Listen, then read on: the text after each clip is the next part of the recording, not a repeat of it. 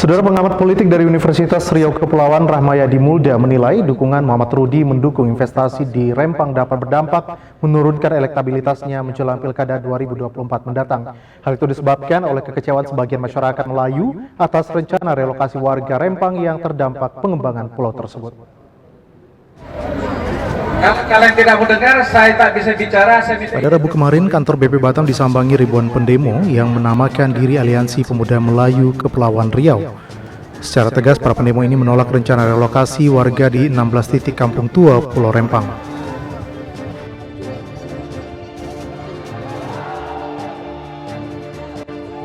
Menurut pengamat politik dari Universitas Riau Kepulauan Rahmayadi Mulda, demo tersebut sangat mempengaruhi elektabilitas Muhammad Rudi sebagai salah satu bakal calon gubernur Kepri pada Pilkada 2024 mendatang. Tidak hanya Muhammad Rudi, dukungan terhadap investasi untuk pengembangan Pulau Rempang tersebut juga dipengaruhi secara politik terhadap keluarganya yang akan maju di Pilkada Batam dan DPR RI. Rahmayadi Mulda menambahkan bahwa rencana relokasi warga Rempang telah mengusik tidak hanya warga terdampak namun juga sebagian masyarakat Melayu. Selain itu, Rahmayadi menilai bahwa warga Melayu memiliki rasa solidaritas dan kekompakan yang sangat kuat. Jika terdapat satu kelompok yang terusik, semuanya akan merasa terganggu. Masyarakat Melayu ini terusik dengan adanya relokasi. Mereka sebenarnya tidak menolak adanya investasi yang masuk ke Rempang Galang. Tetapi yang menjadi persoalannya adalah masalah relokasi.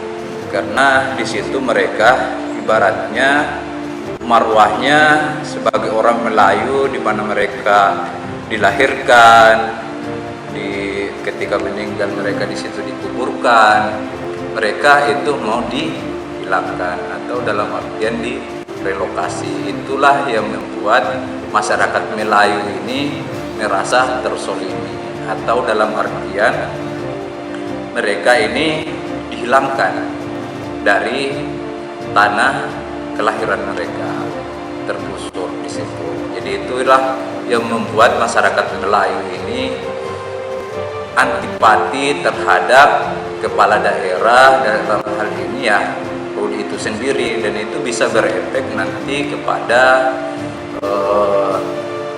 Ibu Marlin sebagai nanti yang didorong untuk maju sebagai wali kota ataupun sebagai Rudi sebagai nantinya akan menjadi calon gubernur, dan itu juga akan berimbas kepada anaknya gitu, yang akan mencalonkan diri jadi anggota DPRD. Dan masyarakat Melayu ini saya lihat tingkat kekeluargaannya, kekerabatannya cukup kuat, walaupun mereka selama ini diam-diam, tetapi ya rasa persaudaraannya itu cukup kuat. Ketika mereka diusik satu, ya mereka pasti merasa diusik orang Melayu yang lainnya. Untuk itu, Rahmayadi Mulda menyarankan dua opsi yang harus dilakukan Rudi agar elektabilitasnya tidak menurun signifikan. Di antaranya memilih opsi keinginan masyarakat serta kembali membangun komunikasi ulang dengan masyarakat Rempang.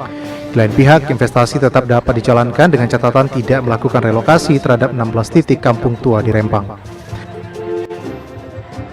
Ya, kalau dilihat dari posisinya sekarang ya agak cukup berat karena sebenarnya ada dua pilihan, tapi pilihan ini ya kita mundurkan istilahnya dari awal, yaitu memilih opsi keinginan masyarakat untuk tidak direlokasi atau memilih ya investasi yang akan nanti berjalan ini. Nah, seandainya dari awal Rudi pasang badan dalam artian ya kami ya sebagai pemerintah daerah dalam menyingkapi investasi ini ya berdiskusi dulu dengan masyarakat. Tetapi ini kan kondisinya sekarang sudah di tengah jalan, Rudi sudah mengeluarkan pernyataan mendukung investasi ini. Di satu sisi masyarakat menolak dalam artian yaitu tadi relokasi ininya, perkampungan itu yang menjadi persoalannya ya. Kondisinya ya Rudi harus membangun komunikasi ulang kepada masyarakat supaya Rempanggalang ini, utamanya perkampungan-perkampungan tua yang ada di Rempanggalang, ya tidak direlokasi. Itulah solusi terakhir. Saya pun khawatir.